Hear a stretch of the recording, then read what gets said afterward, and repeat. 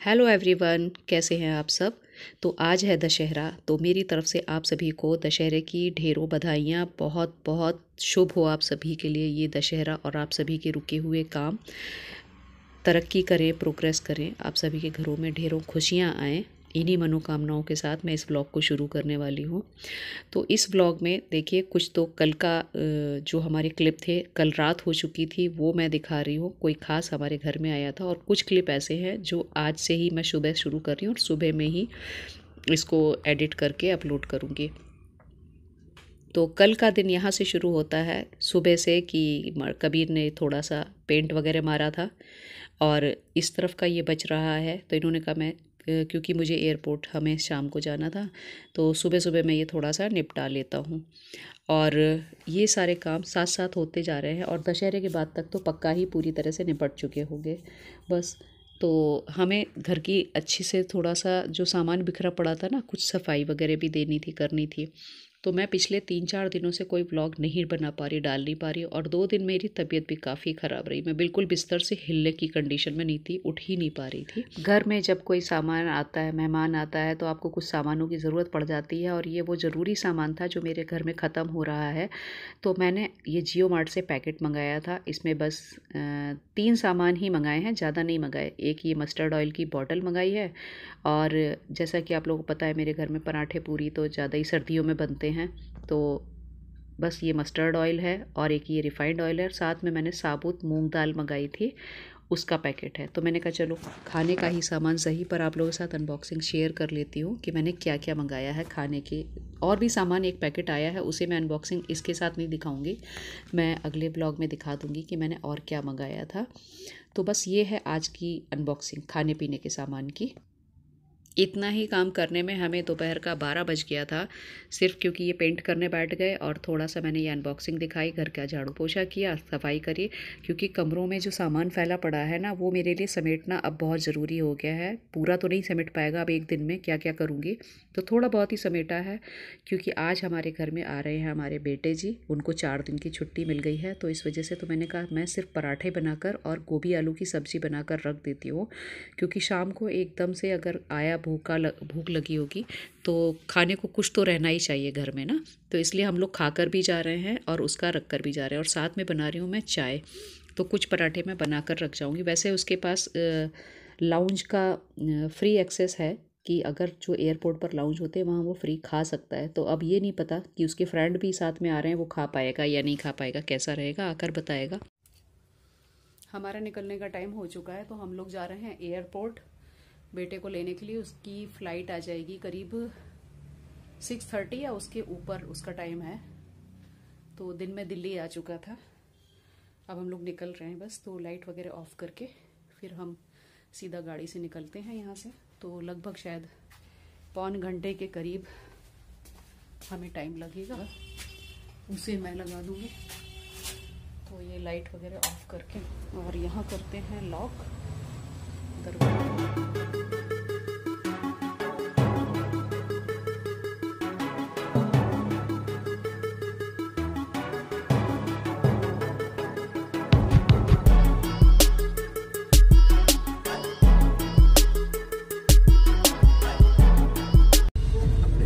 कैसे ड्राइव कर लेते हैं यहाँ, तो दोनों आंखें से भी नहीं कर पाते। आंखें जब सामने लगा कर रखते हैं ऐसे ट्रैफिक में, समझ नहीं आया ये मैजिक कैसे हुआ। देखो ये गाना गाया जा रहा है रास्ते में, अभी जा रहे हैं। चिन्ना नींद भी मुझको आए ना। इसकी याद में नींद नहीं आती आपको? बहुत ये बुढ़ापे की नींद है जो आती नहीं या याद में? पुरानी यादों की एक आध याद हो तो बताएं। पुरानी यादों की दर्द ही दर्द। देख लो। आप लोगों को लग रहा होगा कि मैं किस हाल में निकली हूँ। मेरी तो मतलब बाजे बजे हुए हैं। शक्ल देखो, मेरे बाल देखो, मेरे खोपड़ी, मतलब सब ऐसे ही, बस जो सामने मिला वो पहना और निकल ली बेटे के आने की खुशी में। मम्मियों को तो होती है ना एक अलग तरह की खुशी, फादर का तो पता नहीं, मुझे अपना पता है, मुझे बहुत खुशी होती है जब बेटा आता है। तो हम लोग यहाँ पर निकल चुके हैं, और मेरी तबीयत ठीक बिल्कुल नहीं थी। अभी 2 दिन तक मैं बहुत बिस्तर पकड़ कर पड़ी रही, दवाएं खाई, और आंखें भी नहीं खुल रही थी, तो जिस वजह से मैं बिल्कुल व्लॉग नहीं बना पा रही थी। तो मुझे ऐसा लगा कि लगातार मेरा काम चल रहा है, कभी मैं इनके साथ वर्कशॉप में 13 घंटे बैठ गई, कभी उससे पहले घर में पूरा पूरा दिन। फिर ऐसा होता है ना, आप किसी को लगा लो, वाइट वॉश कर रहा है, पेंट कर रहा है, तो फिर साथ में तो लगना ही पड़ता है, उसका भी चाय नाश्ता देते रहना पड़ता है और साथ में आपको देखना भी पड़ता है। ऐसा नहीं हो सकता कि किसी को काम पर लगाया तो आप आराम कर लो, वो चीज़ ख़त्म हो जाती है फिर। तो मेरी काफ़ी लंबी थकान जो है मेरे बॉडी में शायद हो रही थी। एक तो वैसे भी मैं बीमार रहती हूँ, फिर अब ये थकान हो गई, तो उसकी वजह से मेरे को 2 दिन इतनी बुरी हालत रही है। और ये व्लॉग भी मैं इस हाल में नहीं बना रही हूँ कि मैं बिल्कुल ठीक हो चुकी हूँ, अभी भी मतलब मेरे बॉडी पेन और थकान बनी हुई है। फिर भी मैंने कहा नहीं, एक लंबा गैप आ जाएगा, काफ़ी टाइम हो जाएगा, और जब व्लॉग बनाने लगी हूँ तो डाल दूँ। और जैसे जैसे सर्दी बढ़ रही है ना, तो मेरे प्रॉब्लम बढ़ते जा रहे हैं, ये तबीयत वाले ठंड में कुछ अधिकता में चरम पर पहुँच जाती हैं। और अभी मैंने घर की कुछ साफ़ सफाई करी। आज इन्होंने बस थोड़ा सा वो पेंट किया था जो मैंने बताया आपको, और बेटे के आने की वजह से जो कमरे में सामान बिखरा पड़ा था उस सबको थोड़ा सा एडजस्ट करके आई हूँ। पूरा तो नहीं हुआ, क्योंकि मुझे पता है थोड़ा एडजस्ट करना ज़रूरी है। उसके आते ही वो जो अपना सामान फैलाएगा ना, फिर मेरी बहुत बुरी वाली आफत आ जाती है, अपना सामान मिलना मुश्किल हो जाता है। तो मैंने कहा वो अपना सामान फैलाए आकर, उससे पहले मैं थोड़ा सा सामान अरेंज कर लेती हूँ। इस वजह से मैंने बस ज़रूरत का सामान ही हटा पाया है, और प्रॉपर सामान फिर से लगना जो मेरा शुरू होगा ना, अब जब वो आकर छुट्टी गुजार लेगा, अपनी छुट्टी काट के चला जाएगा, शायद उसके बाद ही मैं थोड़ा बहुत काम शुरू करूँगी। तो आज हम लोग कुल मिलाकर यहाँ निकल चुके हैं, रास्ते में हैं, अंधेरा हो चुका है। टोल का भी हमने फास्टैग नहीं लगवा रखा है गाड़ी में, तो अभी टोल नाका आ चुका है। देखते हैं जाकर कि क्या होता है। कैश वालों का हिसाब, जिनके पास टोल फास्टैग नहीं लगा होता है, तो वो हम देख लेते हैं कि अभी हमारी गाड़ी में फास्टैग नहीं लगा है तो किस तरह से हमसे टोल ये वसूलते हैं। तो यहाँ भी हम रुकते हैं। यहाँ रुककर हम ये देख रहे हैं कि कैश वाली लाइन किधर लगती है। अभी हमें ये भी नहीं पता है कि सेंटर से कौन सी गाड़ियाँ जा रही हैं और किनारे से कौन सी गाड़ी जा रही है, क्योंकि हम अक्सर बाइक से तो यहाँ से बहुत बार गए हैं, तो बाइक का तो हमें पता है साइड से निकल जाती है। लेकिन कैश अगर हमें देना है और इसमें टोल देना पड़ेगा, तो किस लेन को हमें सिलेक्ट करना पड़ेगा। तो वो यहाँ दूर से ही देख रहे हैं किस तरफ गाड़ी लगाते हैं। चलिए बढ़ते हैं आगे, तो देखते हैं ये हमें किधर भेजते हैं, किस लाइन में जाना होगा। हम सबसे किनारे वाली लाइन में ही आए थे, पर इनके मुताबिक हमें एक लाइन और साइड में जाना पड़ेगा। तो यहाँ से बैक करके गाड़ी हम लोग जाते हैं साइड वाली लाइन में। फिर देखते हैं हमें कितना पे करना पड़ता है। जो भी होगा आप लोगों के साथ शेयर करते हैं। अभी दिखाती हूँ मैं पूरी रिकॉर्डिंग आप लोगों को। तो बगल की लाइन से भी हम इस तरफ साइड वाली लाइन में आ चुके हैं। यहाँ पर जाकर हमने, जहाँ पर गाड़ियाँ लाइन से खड़ी हुई ना, जिनका कैश में वसूली हो रही है, बीच में तो जिनकी गाड़ियों में फास्टैग लगा हुआ है वो गाड़ियाँ निकलती जा रही हैं। शायद ये वो फास्टैग वाली लाइन है, क्योंकि ऊपर लिखा हुआ है फास्टैग, तो इनको रुकना नहीं पड़ता है इनके लिए। तो शायद वो हो गया। हाँ चलो, वीडियो बना रही हो क्या? हाँ, अच्छा, ब्लॉगिंग। अच्छा, लोग हैं। हाँ, मजे का देख, उस कैमरा में दोनों आ जाओगे। कोई बात नहीं। 200। और वापसी में क्या है? वापसी में फिर 200 देना पड़ेगा।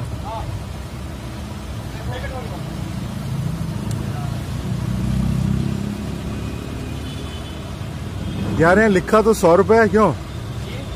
ये तो रिटर्न का बनाओ ना, रिटर्न में कितना लगेगा? फास्टैग से है सर। अच्छा, वैसे 100 रुपए कटते हैं। और रिटर्न में कितना लगेगा हमारा? रिटर्न अगर हम बनवाते हैं तो रिटर्न में 50 रुपए लगते हैं फास्टैग से। नहीं, वैसे कैश में 200 ही लेंगे सर। आने में भी? जी सर। अच्छा, तो बना दो, हम निकल जाएंगे झटके में। जी 400 वाला बना दो, रिटर्न तो नहीं, नहीं, अच्छा, ऐसे नहीं होता। चलो ठीक है। क्या बता तो ना हो। नहीं आना है। नहीं, क्या बता, रुक जाओ आप। नहीं, एयरपोर्ट ही जाना है, वहाँ से वापस आना है। तो मैं सब्सक्राइब कर दूंगा। लो, बोल दो एयरपोर्ट जा रहे हैं भाई, कर दो कुछ गुंजाइश कर दो। Subscribe, bell icon all. अब भैया मेरे चैनल पे जाके आप वीडियो देख लेना, लाइक कमेंट सब कर देना, और नाम लिख देना, मैं मिला था आपसे, नाम भी लिख देना अपना। थैंक यू यार।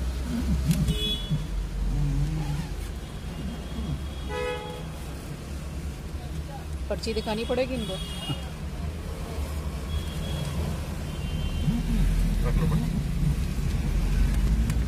वो हमारे एक तरफ से 200 रुपये लगे हैं और वापसी में भी 200। अभी 200 रुपये और लगेगा इसमें। तो फास्टैग की कैश वालों की पर्ची ज़्यादा ही चपत पड़ जाती है। और ये 500 रुपये का जो हम फास्टैग लेते हैं इसमें, तो वो कितना, कोई वैलिडिटी होती है उसकी? हाँ वैलिडिटी होती है, 2 साल का होता है, 5 साल होता है, लेकिन अभी तुरंत में चालू ना हो तो मैं क्या पता हाँ कौन सा रोज रोज जाना है। हाँ, डेली तो जाना नहीं। तो मैंने पूरा अपना फास्टैग का वाक़या आप लोगों के साथ शेयर किया और वो इतने खुश थे व्लॉगिंग देखकर कि हम लोग व्लॉग कर रहे हैं, तो सब्सक्राइब भी किया हमारा चैनल और वो देखेंगे वीडियो। तो ठीक है, अच्छी बात है, इस तरह के लोग मिलते भी हैं रास्ते में। और हम लोग बढ़ चले हैं अब पहाड़ों की तरफ। तो देखिए अब डार्क और ज़्यादा हो चुका है, बिल्कुल अंधेरा इस टाइम पर। और ये बिल्कुल वो जो हरिद्वार को रोड जाता है ना, हाईवे वाला, हम उस पर जा रहे हैं। दूर हमारे पहाड़ों पर भी लाइट्स दिख रहे हैं और इस तरफ हमारी स्पीड गाड़ी की बढ़ती जा रही है। तो फास्टैग का ये है कि अगर आप 500 में ले लेते हो, 500 का एक बार बनवा लेते हो तो आपका वो चलता है, आने जाने में सिर्फ 50 रुपये कटता है आपका। लेकिन अगर जैसे कि मैंने फास्टैग नहीं लगा रखा है अपनी गाड़ी पर, तो उनका कहना था कि एक तरफ से आपको 200 देने पड़ेंगे, जब आप वापस आओगे तब भी आपको 200 रुपये देने पड़ेंगे। तो इस तरह से 400 रुपये हो गया। और ये देखिए मून इस टाइम कितना प्यारा लग रहा है, रास्ते में हमें मून भी दिख रहा था चमकता हुआ जब हम जा रहे थे। देखिए त्यौहार आने से जो अच्छा लगता है, खुशी होती है ना कि चलिए घर की साफ़ सफाई हो रही है और हमारे घर में कुछ लोग भी आते हैं त्योहारों पर, बच्चे वगैरह लौटने लगते हैं जैसे घरों में आते हैं, तो उसकी खुशी होती है। पर उस बीच आपकी जो हालत होती है ना, उसके अभी थोड़ा बहुत केयर ज़रूर करना चाहिए, ऐसा मुझे लगता है अपनी तबीयत को देखते हुए। मालूम नहीं दूसरों को कैसा फील होता है, पर ख़ुद के लिए भी रेस्ट टाइम ज़रूर निकालना चाहिए। जैसे कि मेरी आजकल तबीयत ठीक नहीं चल रही है, फिर भी मुझे काम तो देना ही है, अपना काम करना ही है कुछ भी करके। हमारे पति देव भी बड़े मतलब अफलातून बनते हैं अपने आप को। देखो हम लोग बात करते रहे और जब काफ़ी आगे आ गए, बिल्कुल हरिद्वार के जस्ट नज़दीक पहुंच गए, तो इन्हें होश आ रहा है। ये देखो अभी हम ना हरिद्वार पहुंचने वाले थे, इतना फास्ट निकल गए आगे कि हम ये भूल गए कि हमें एयरपोर्ट जाना था और एयरपोर्ट बहुत पीछे छोड़ आए हैं, यहाँ से 10-12 किलोमीटर पीछे। टर्न लेना था और टर्न लेना भूल गए। हाँ, राइट टर्न लेना था, राइट टर्न के बजाय हम फ्लाईओवर सीधे ही भागते चले जा रहे हैं। लेफ्ट टर्न उस तरफ से आते हुए लेफ्ट टर्न लेना था, अब इधर से जाकर राइट टर्न लेना है। तो हमने ध्यान नहीं दिया और वो पीछे निकल गया रास्ता, हम 2 फ्लाईओवर आगे निकल आए हैं, बहुत आगे। तो यहाँ से बस हरिद्वार थोड़ा सा ही रह गया था। अब हम वापस जा रहे हैं, फिर से अब पता करते हैं आगे एयरपोर्ट के लिए, पीछे एड्रेस पता कर गया है। हाँ हाँ लिखा है, अभी सीधे जाना है इधर से नीचे की तरफ से। ये तो क्या नीचे ही नीचे जा रहा है सारा रास्ता। 17 किलोमीटर, वो 10 किलोमीटर बता रहे हैं, यहाँ से 17 किलोमीटर नहीं टर्न है 10 किलोमीटर। अच्छा, ये हाल हो जाता है जब आप काफ़ी दिनों के बाद एयरपोर्ट आते हो या उस रूट पर आगे नहीं जाते हो ना, तो भूल ही जाते हो। रात में तो ख़ास तौर से आपको भ्रम हो जाता है रास्तों का, पता नहीं चलता गाड़ी में बंद बैठकर कि आप कितनी दूर निकल आए हो। तो ये है वो टर्न जहाँ से फ्लाईओवर के नीचे से हमें एयरपोर्ट के लिए मुड़ना था। तो कुल मिलाकर अब हम वहाँ से वापस आए हैं बेवकूफ़ बनकर, इतना आगे निकल चुके थे। खैर अभी भी टाइम था फ़्लाइट में, ऐसा नहीं है, लेकिन हम लोग जब इस रोड पर आए हैं तो एयरपोर्ट की जो दूर से ग्रीन लाइट दिखती है ना, जब प्लेन आ रहा होता है, लैंड कर रहा होता है, तो हमें कार से ही अपनी दिख रही थी, गाड़ी से ऊपर से वो ग्रीन लाइट दिख रही थी कि हम इसका बेटे का जो प्लेन आ रहा है वो लैंड होने ही वाला है। तो बस हम इस तरफ से सीधे एयरपोर्ट के लिए भाग रहे हैं जल्दी से जल्दी। हालांकि उसको बाहर निकलते हुए बहुत टाइम लगेगा, वो आता है, बैग वगैरह उनको मिलते हैं, जब उसको सामान दिया जाएगा तब तक पैसेंजर्स को वक्त तो उतना आधा घंटा मान के चलिए कि लग ही जाता, और आधा घंटा तो बहुत ज़्यादा टाइम है अभी हमारे लिए। तो ये है हमारा जॉली ग्रांट एयरपोर्ट, हम पहुंच चुके हैं।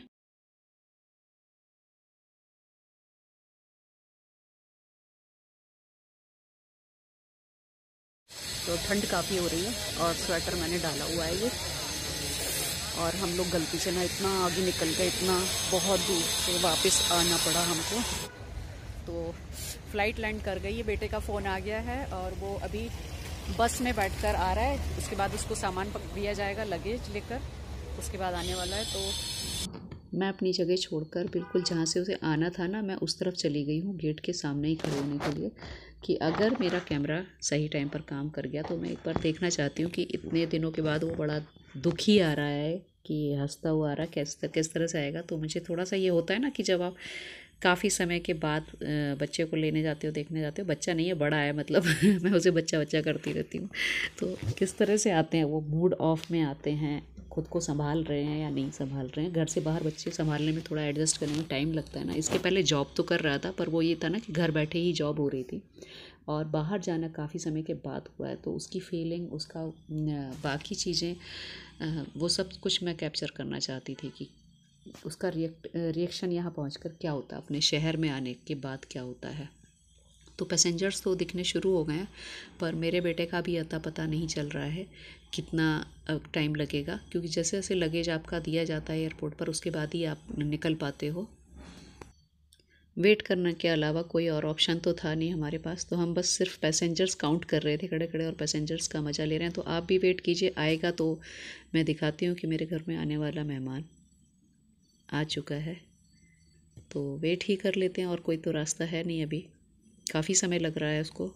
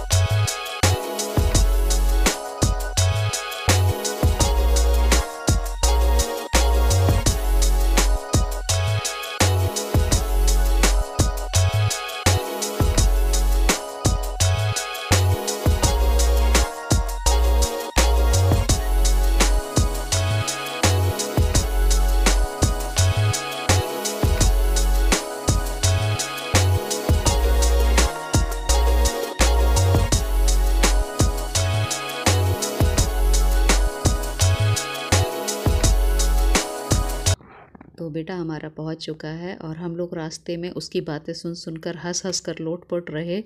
मतलब इस तरह बता रहा था 2-2.5 महीने का एक्सपीरियंस, जैसे मतलब सब कुछ भर कर आया था। एक एक बात बतानी है, तो मम्मी पापा के साथ सब कुछ शेयर करता जा रहा था पूरे रास्ते, उसके एक्सपीरियंस। और हमारे भी अनुभव कुछ ऐसे हुए रास्ते में, वो मैं आगे आने वाले ब्लॉग में आप लोगों के साथ शेयर करूँगी कि एयरपोर्ट पर पहुँचना हमें कितना भारी पड़ा और क्या क्या हुआ, वो सब बातें शेयर करूँगी मैं। और वाकई से भूख लग रही थी, हम लोगों को भी इस टाइम भूख लग रही थी, और रात का यहाँ पर ही 9 बज गया था जब फ़्लाइट आई है ना। इसके बाहर निकलते निकलते हमको 9 यहाँ बज चुका था, और एयरपोर्ट से जब हम निकले हैं तो कुछ ऐसे बातें, टाइम कट गया हमारा, वेस्ट हुआ यहाँ पर, कि जिसकी वजह से हमें आधा घंटा तो इसको लेने के बाद ही वहाँ पर देना पड़ा बाहर में। तो वो सब डिटेल मिलेगी आप लोगों के मेरे इस ब्लॉग में, तो मैं भी कुछ नहीं बता पा रही हूँ क्योंकि फिर बात लंबी होती ही चली जाएगी, और ये ब्लॉग ऑलरेडी काफ़ी लंबा हो चुका है। तो इस ब्लॉग को मैं एंड करना चाहती हूँ, और हम फिर से वापस यहाँ पर टोल जो पड़ता है ना हमारा, फास्टैग जहाँ पर हमने दिया था याद होगा, वापस में यहाँ पर आ चुके थे। तो मैं तो आराम से बैठी थी, कैमरा मैंने बेटे को पकड़ा दिया था कि भाई तू टोल वाला वीडियो तू ही बना, और मैं एंड करती हूँ इसके साथ ही। तो ये कैमरा उसने ही यहाँ का वीडियो रिकॉर्ड किया आगे बैठकर। तो यहाँ पर हमारा फिर से 200 रुपये पड़ेगा, और आना जाना हमें 400 रुपये हो चुका है टोल पर, फास्टैग ना होने की वजह से। तो आप लोग अगर कभी आना जाना हो तो मैं कहना चाहूँगी कि फ़ास्टैग पहले से ही लगा लें, ऑनलाइन भी मिल जाते हैं, अपनी गाड़ी पर नंबर वगैरह देकर पे करके आप ले सकते हैं। और हमें काफ़ी ये महंगा टूर पड़ा यहाँ से वहाँ तक का। तो यहाँ पर देते हैं अपना 200 रुपये हम। बाप बेटे को तो मूंगफली पसंद है, रास्ते से मूंगफली ले ली थी, दोनों ने आते ही चटर पटर खाना शुरू कर दिया है। तो मैं करती हूँ ब्लॉग का एंड, और मिलते हैं नेक्स्ट ब्लॉग में, तब तक के लिए बाय बाय।